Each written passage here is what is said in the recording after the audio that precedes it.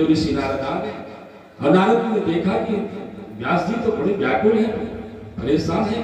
तो उन्होंने उनका समाचार पूछा कि आप क्यों परेशान हैं, क्या बात है। तो उन्होंने कहा नारद जी देखो, मैंने वेद लिखे, वेदांग लिखे, मैंने उपनिषद लिखा, बहुत सारे साहित्यों की रचना किया था कि मनुष्य का कल्याण होगा, मनुष्य भटकेगा नहीं, मनुष्य सुखमय जीवन व्यतीत करेगा। फिर भी मैं देखता हूं कि इतने साहित्य लिखने के बाद वो भटक रहा है, उसका जीवन खुशियों से भरा। इसीलिए मैंने लिखा था कि वो नर से नारायण बन जाएगा इसको पढ़ करके।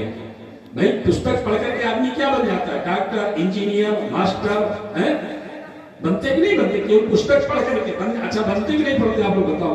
डीएम, एसडीएम क्या नहीं बन जाता, लेकिन पुस्तक को पढ़ने के बाद जो डीएम वाली पुस्तक है वो पढ़ता है तो वो डीएम बन जाता है। अब सब नहीं बनते, इसका कोई कारण है, वो जाने भी क्यों नहीं बन पाए। लेकिन वो पढ़ने वाला वही पुस्तक पढ़ करके व्यक्ति डीएम बना, डॉक्टरी वाला पढ़ करके व्यक्ति डॉक्टर बना, इंजीनियर वाली पुस्तक पढ़ के इंजीनियर बन गया, मास्टर वाला पढ़ करके वो मास्टर की डिग्री प्राप्त कर लिया।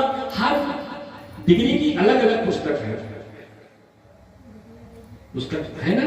व्यास जी ने ऐसे लिखा था कि वो सारी पुस्तक इसीलिए लिखी गई कि मनुष्य की कष्ट कठिनाइयां दूर हो जाएंगी, उसका निवारण होगा। पर व्यास जी व्याकुल हो गए, इतना लिखने के बाद भी मनुष्य कष्टों में घिरा हुआ, कारण क्या है वो समझ में नहीं आ रहा था। ये वेद सबके समझ नहीं आ रहा है, उपनिषद समझ में नहीं आ रहा है। तो फिर देव ऋषि नारद ने कहा कि व्यास जी आपने बहुत कुछ लिख दिया, ये साधारण मनुष्य नहीं समझ पा रहा है, इसके लिए क्या चाहिए? इसके लिए भक्ति चाहिए। ज्ञान को अगर भक्ति के साथ जोड़ दिया जाए तो आनंद आ जाता है। और आपने केवल ज्ञान पिरोया है, नीरस है, इसमें रस नहीं है। क्या नहीं है? रस। और भक्ति क्या है?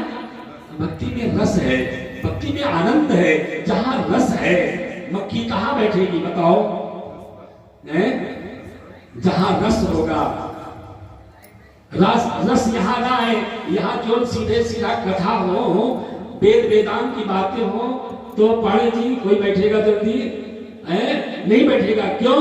क्योंकि उसको रस नहीं मिल रहा है। उसको जिसको वेद का रस मिल गया वो वेद को सुनेगा, जिसको वेदांत का रस मिला वो उसको, जिसको ज्ञान का रस मिल गया है वो ज्ञान की बात करेगा।